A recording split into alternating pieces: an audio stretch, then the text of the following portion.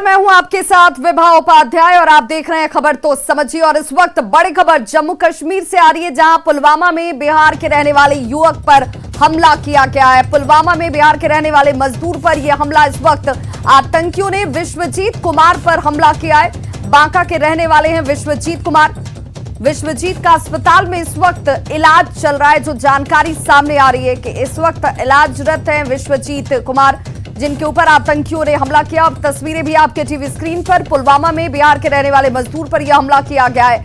आतंकियों ने बिहार के रहने वाले युवक विश्वजीत कुमार पर ताबड़तोड़ गोलियां चलाई हैं, जो इस वक्त इलाजरत हैं अस्पताल में।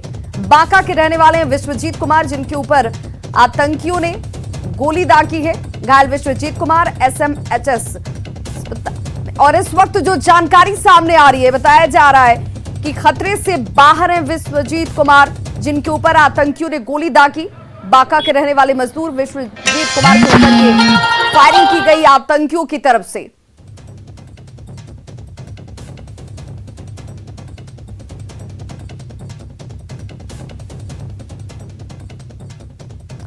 और ऐसे में इस खबर को समझिए। शिकंजा कसने के बाद आतंकी बौखला चुके हैं।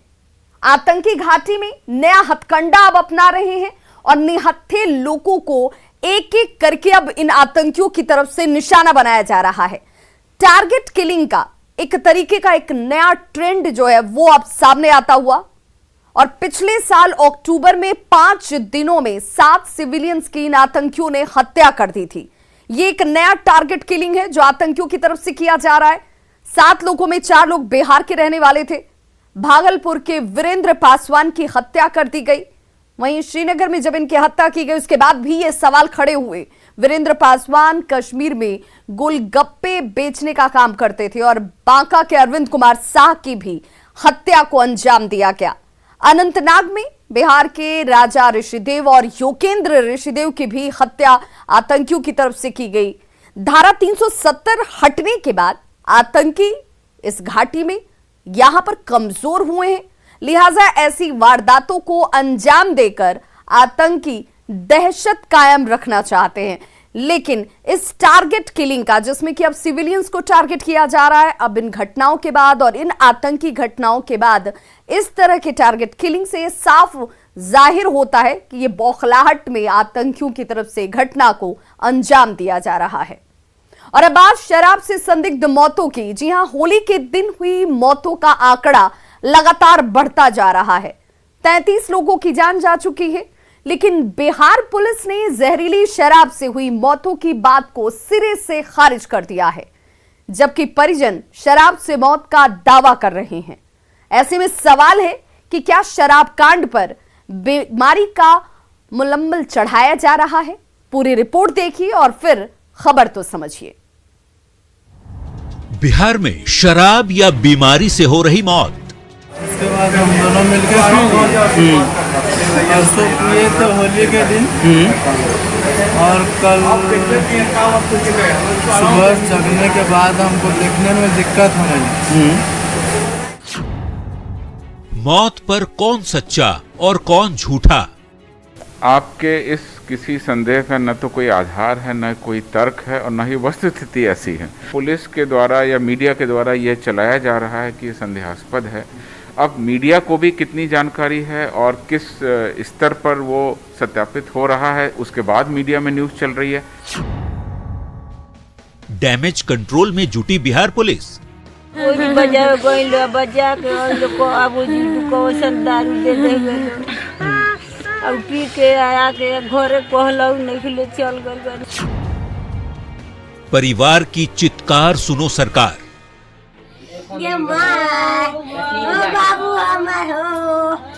होली के दिन बिहार में ऐसी घटना घटित हुई जिसने एक साथ कई परिवारों को उजाड़ दिया। कईयों के सुहाग उजड़ गए तो कई माताओं के गोद सूने हो गए।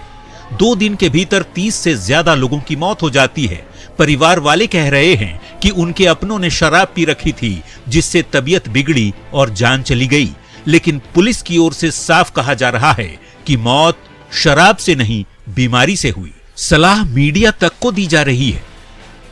मैं आपसे ये अनुरोध करूंगा कि मीडिया में कोई भी समाचार आए तो उसको एकदम चलाने के पहले स्थानीय प्रशासन को विश्वास में ले लिया जाए, बताया जाए कि सर इस तरह की सूचना आ रही है, सत्यापन करा लें। किसी भी बात की संपुष्टि या तो वहां पर कोई साक्ष्य मिले तब हो सकती है, या फिर कोई हमारे पास कोई साइंटिफिक एविडेंस हो, उसके आधार पर हम कह सकते हैं। तो भागलपुर में जो अंत्य परीक्षण कराया गया उसका जैसे ही रिपोर्ट आएगा उसके आधार पर किया जाएगा। बाकी इन्वेस्टिगेशन, अनुसंधान वो सब लोकल पुलिस थाना कर रहे हैं, छापेमारी कर रहे हैं। प्रशासन की तरफ से इन्वेस्टिगेशन जारी है।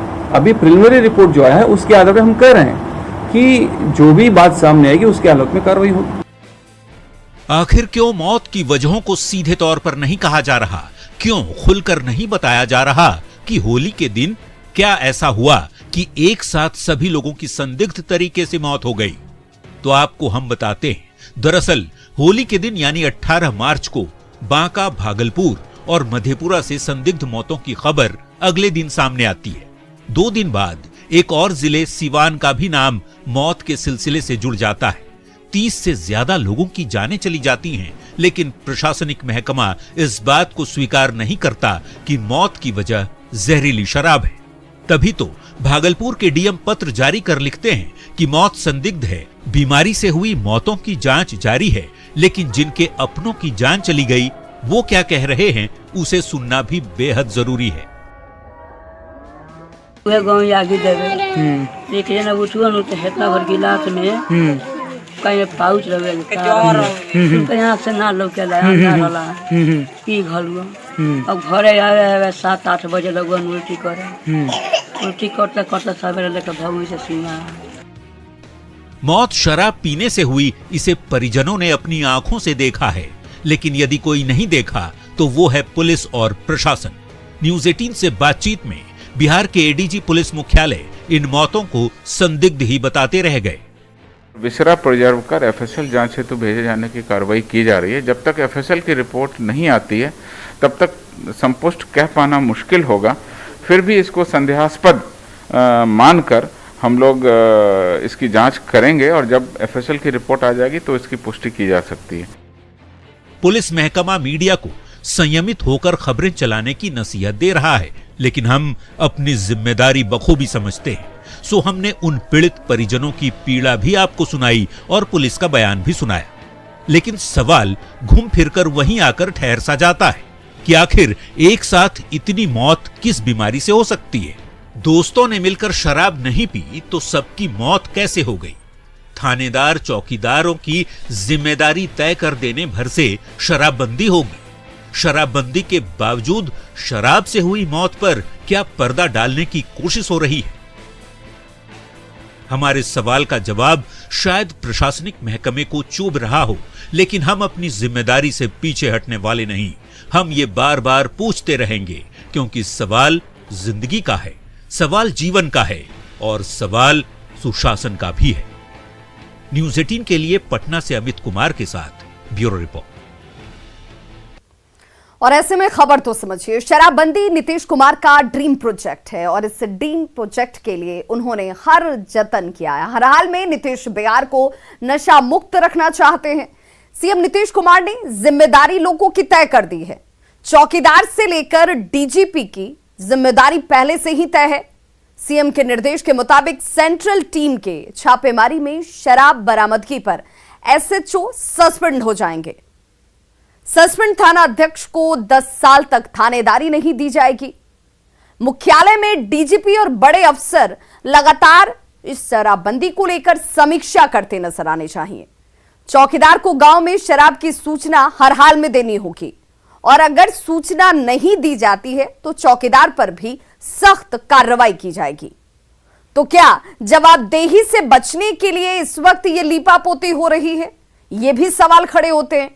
क्या शराब कांड पर बीमारी का मुलम्मा चढ़ाया जा रहा है? यह सवाल इसलिए क्योंकि परिजनों के स्टेटमेंट ये हैं कि लोगों ने शराब पी और शराब पीने की वजह से जान जा रही है। इंश्योरेंस की वजह से परिजन में शराब की बात कहने से बचते हुए भी लोगों की एक लंबी फहरिस्त है। तो क्या पुलिस इसी मजबूरी का फायदा उठा रही है? जाहिर है शराबबंदी वाले राज्य में ये बड़े सवाल हैं जिसका जवाब देना होगा, क्योंकि ये सीधे तौर पर लोगों की जिंदगी से जुड़ा हुआ सवाल है, लोगों की जान से जुड़ा हुआ सवाल है और बिल्कुल सुशासन से जुड़ा हुआ सवाल है। जवाब मिलने ही चाहिए। और अब बात बिहार दिवस की। कल बिहार 110 सालों का हो जाएगा और इस साल बिहार दिवस का कार्यक्रम भव्य तरीके से आयोजित किया जाएगा, जिसके लिए गांधी मैदान पूरी तरह से सज धज कर तैयार हो चुका है। कैसे इस बार बिहार दिवस का कार्यक्रम होगा, खास तौर पर जानिए इस रिपोर्ट में और फिर खबर तो समझिए कि आखिर क्यों मनाया जाता है बिहार दिवस। जीवन हरियाली लेते हैं संकल्प, हम इस धरती को बचाएंगे। 22 मार्च को बिहार 110 साल का हो जाएगा।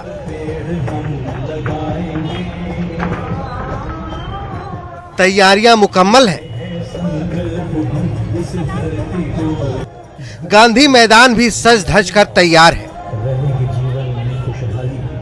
इस बार बिहार दिवस का थीम है जल जीवन हरियाली, जिसकी झलक गांधी मैदान में साफ साफ दिखाई दे रही है।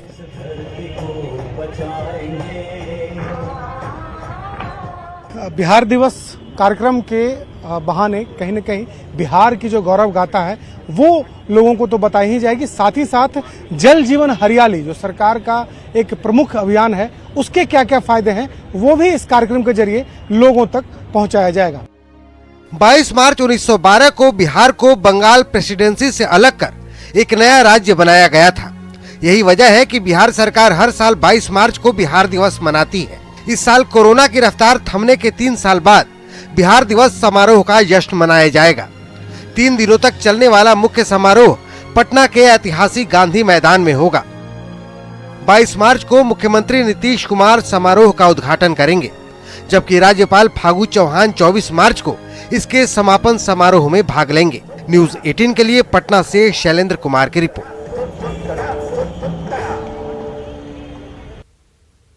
और अब खबर तो समझिए। 22 मार्च यानी कि कल का दिन बिहार वासियों के लिए गर्व का दिन है, क्योंकि 22 मार्च को ही बिहार का जन्म हुआ था। कल बिहार 110 साल का हो जाएगा और इसे लेकर ही भव्य तैयारियां जो हैं वो की गई हैं। अंग्रेजों ने बिहार को अलग प्रांत के रूप में 22 मार्च 1912 को नोटिफाई किया था। नीतीश सरकार ने ही 22 मार्च को बिहार दिवस मनाना सुनिश्चित किया, जिसे हर साल और साल दर साल मनाया जाता है। 2010 में पहली बार पटना के गांधी मैदान में भव्य बिहार दिवस मनाया गया था। वर्ष 2012 में 100 साल पूरे होने पर बिहार दिवस खास तरीके से आयोजित किया गया था, लेकिन कोरोना की वजह से 3 सालों से बिहार दिवस का यह कार्यक्रम नहीं हो पा रहा था।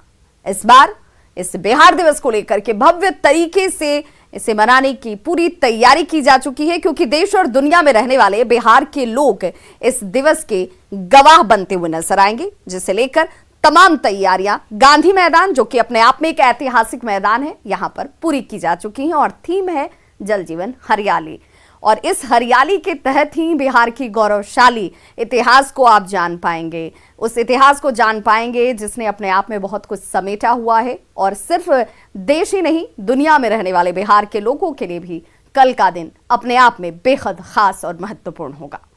तो खबरों का सिलसिला लगातार जारी है। आप देखते रहिए न्यूज़ 18 बिहार झारखंड।